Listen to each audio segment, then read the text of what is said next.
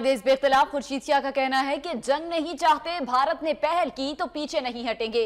वजीर आजम ने अक़वाम मुत्तहिदा में कश्मीर का मसला बेहतर तौर पर पेश किया। वजीर आला सिंध मुराद अली शाह का कहना है कि हर सियासी जमात को कानून के दायरे में एहतजाज का हक है। सरकारी अफसरान में अवाम की खिदमत का जज्बा होना चाहिए।